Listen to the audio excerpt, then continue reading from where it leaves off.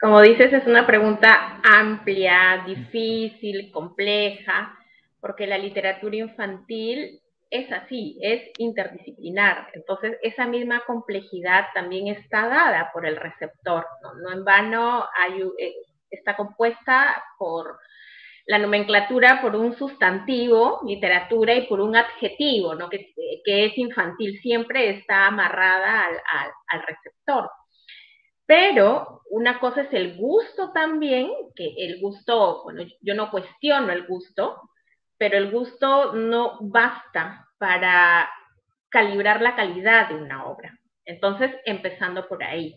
Por ejemplo, para los niños más pequeños, cada vez la oferta es mucho más amplia, y como es mucho más amplia y la fisicidad, la forma física del libro adquiere una importancia relevante, porque los niños pequeños leen, por muy pequeños que sean, leen, pero leen de una manera muy particular, no de manera formal a lo que le llamamos leer en un acto como tal, sino que leo fundamentalmente por el ojo, por el oído y por las manos. Entonces, el tacto es fundamental, puesto que también la motricidad no está desarrollada como la de un adulto, tienen movimientos toscos y que a veces suelen romper un libro. Entonces, hay un tipo de libro diseñado para ellos, incluso eh, para que no sufran ninguna herida física.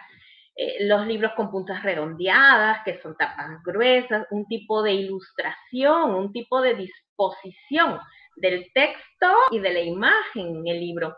Entonces, tenemos que ver cuál es la etapa lectora, más que la edad propiamente dicha, porque yo soy profesora, yo soy educadora de profesión, no solo que hace mucho tiempo no ejerzo en aula, pero me he encontrado con casos de adolescentes que les gustan mucho los libros para niños muy pequeños, porque han tenido una etapa en que no han disfrutado de ese tipo de libros y de ese tipo de literatura, entonces sienten aún esa necesidad. Entonces yo pienso que aquí hay que ver primero el lector, frente a qué tipo de lector estamos, frente hasta qué punto está educado el oído, por ejemplo, hasta qué punto está educado el ojo. Y definitivamente el mediador de lectura tiene una importancia vital, que sí hay, digamos, unas generalidades, ¿no? Por ejemplo, si tenemos niños entre 6 y 7 años, puesto que a partir entre los 4 y los 5 años el esquema narrativo canónico de inicio, nudo, fin empieza a incorporarse de manera más nítida, están con mucha mayor avidez y están dispuestos, por ejemplo, para leer cuentos maravillosos y cuentos de hadas.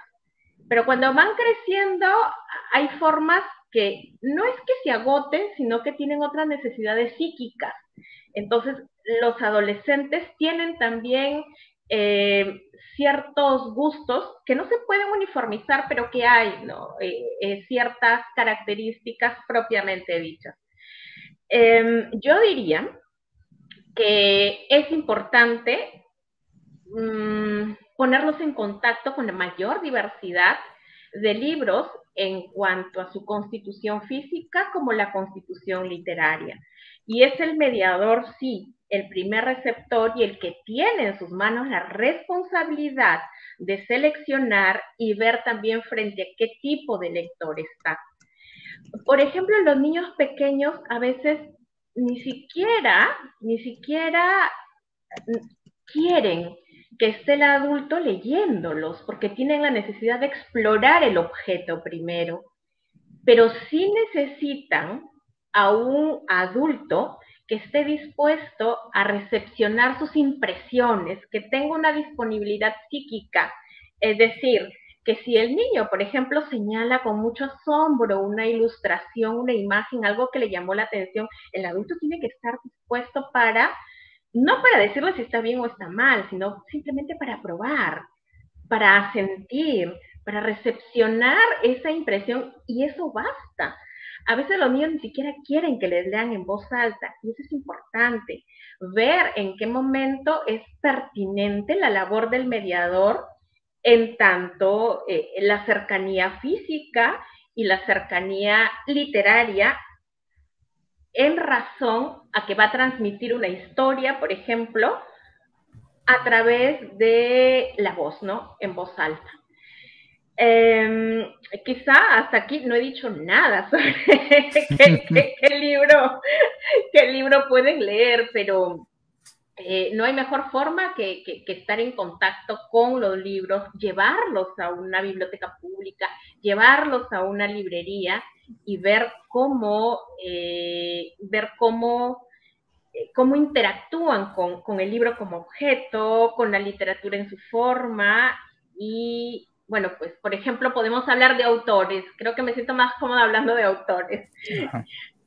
Jutta Bauer, por ejemplo, es una ilustradora y una escritora impresionante. Muchos de sus libros, por ejemplo, Mamá Chillona, no tiene pierde. Mamá Chillona es una historia de una madre con su hijo que en un momento, como toda madre, le grita a su hijo. ¿Son pingüinos, me parece, Ángel? Sí, son Sí, dos pingüinos. ajá, son dos pingüinos. Entonces, cuando la mamá le grita, sucede que el pingüino sale volando por partes. Por un lado sale la cabeza, por otro lado salen los brazos, por otro lado salen las piernas. Y la mamá se queda impresionada pues, y tiene que volver a reconstituir a ese sujeto que se desestructuró por el grito. Y aquí digo yo, ¿qué niño y qué mamá no se siente movida y conmovida por eso? Porque de pronto nos damos cuenta qué significa un grito para un niño, es desmembrarlo, es madre chillona, es, claro, no se va a desmembrar físicamente, pero psíquicamente, ¿no? Es impresionante. Además, el recorrido que hace la madre para recomponer cada parte y luego para completarlo y luego para, ajá, ahí está, por ejemplo, mira cuán, las ilustraciones son sencillísimas, la historia es muy sencilla, es una estructura muy típica en libros para niños pequeños, pero la cuestión es cómo se va tejiendo toda la trama a través del texto y a través de las ilustraciones. Y a veces se habla de intereses del lector y quizá habría que hablar de necesidad psíquica, ¿no? Por ejemplo, un niño necesita, y una mamá también necesita, tocar este tipo de asuntos, pero de esa manera, ¿no? De una manera que quizá no la hayamos pensado, porque no nos preguntamos qué le pasa a un niño cuando su mamá le grita y sucede esto. Entonces, verlo de esa manera es impresionante, es conmovedor y pienso que es eso, ¿no? Hay que expandir el horizonte, hay que hablar también de autores como Jutta Bauer, Anthony Brown, Satoshi Kitamura, bueno, y hay varios que ahorita no los cuentos de tradición oral son fundamentales, por ejemplo, y casi no tienen pierde. Eh, Incluso a los niños más grandes, yo he observado niños entre 11 y 12 años, cómo les gusta el horror, cómo les gusta el terror, les gusta la sangre, porque no se habla de eso y siempre se les oculta, ¿no? Por ejemplo, la Chique es un personaje muy querido y muy querido y odiado por los niños, incluso por los niños grandes, por los chicos grandes entre 11 y 12 años. Hansel y Gretel y la bruja de Hansel y Gretel, en el momento en que Gretel empuja hacia la olla a la bruja, por ejemplo, ese tipo de acontecimientos les agrada mucho. Entonces pienso que por ahí podemos